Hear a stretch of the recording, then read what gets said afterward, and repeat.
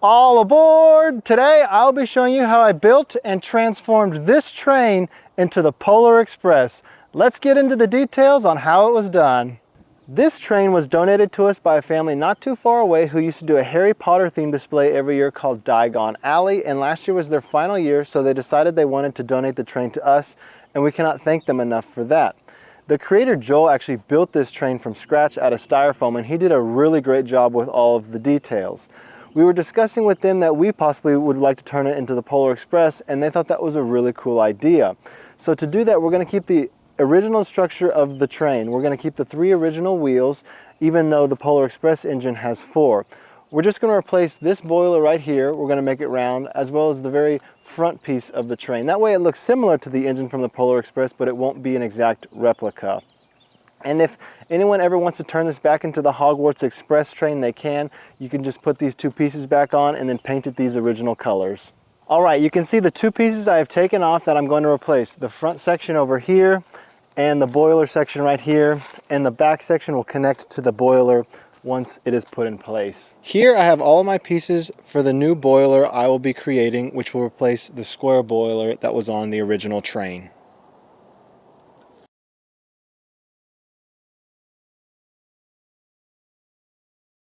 I'm going to wrap my boiler frame with this piece of styrofoam right here. It's a 4x8 sheet, and the styrofoam grain goes this way, so I actually cannot bend it with the full sheet or it will break in half. So I'm actually going to have to cut the styrofoam in half and attach it in 2 pieces. That way I can bend it with the grain and the styrofoam will not break.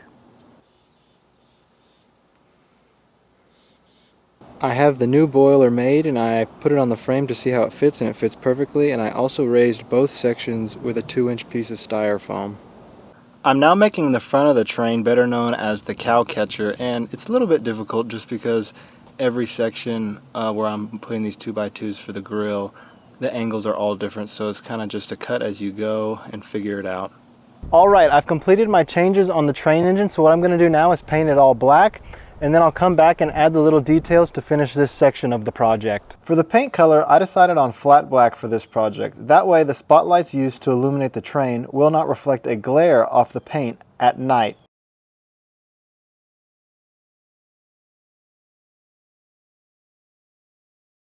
The first thing I am doing to build the coal car is cutting out and screwing together the frame boards. After that, I will put the sides on, and then I will build the top section.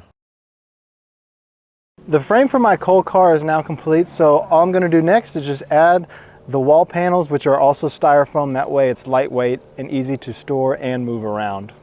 I've built 4 of these wooden frames out of 2x4s for the coal car wheels, and then after that I went ahead and cut more styrofoam just like this. That way it matches the wheels from the coal car on the Polar Express.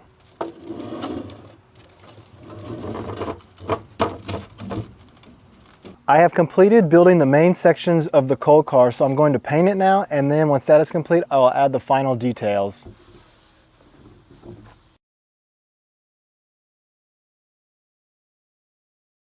For each coal car wheel, I am painting a silver ring around the edges to ensure they stand out.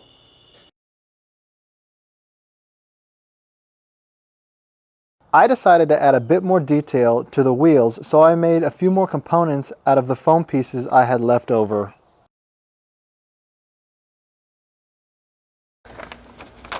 There are only a few silver trim pieces on the engine and the coal car. To make these pieces, I used PVC pipe and a few pipe elbows.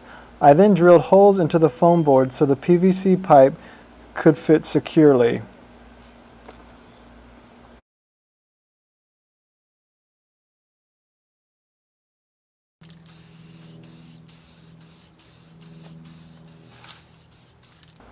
I have a label maker, so I decided to use that to create the wording on the coal car. I then used transfer tape to place it on the foam.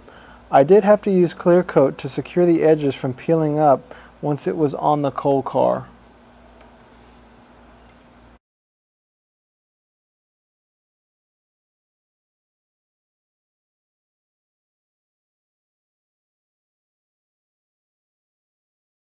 I have these wooden sphere pieces, they're half spheres, and I painted them. So what I'm going to do is every 3 inches I'm going to place them on the coal car, just like the rivets seen on the coal car in the movie.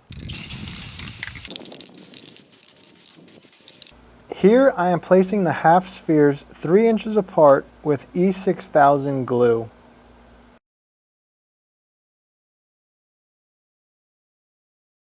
I'm creating the coal section for the coal car, and so what I am doing here is I just took pieces of leftover styrofoam and stacked them up. To create the coal, I'm using this spray foam, and I'm putting it in areas, and then I'm leaving a few gaps because it will expand as it dries, and then I'll come back and fill in the gaps, and then I'll paint it once it's all complete. For the first coat of paint, I'm using charcoal spray paint. Once it was covered, I decided to lightly spray over the foam with a black paint that had bits of what looked like metallic in it. This gave a really cool, realistic effect to the coal. Here you can see the final product. I think it turned out great and it looks like real coal. I had some styrofoam left over, so what I did was I built a few more pieces that'll go on the coal car for extra detail, and this section right here will actually connect the coal car to the train engine.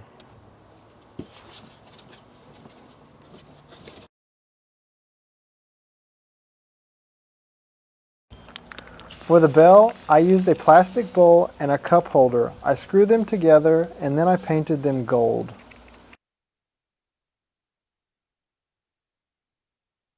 And you can't have the Polar Express without the first gift of Christmas, which we all know is the bell. And I actually built this gift box from plans similar to my DIY video of how to build giant gift boxes, and you can find out how to do that in the links below. I hope you've enjoyed this video. Please subscribe down below. Merry Christmas, and always remember to believe.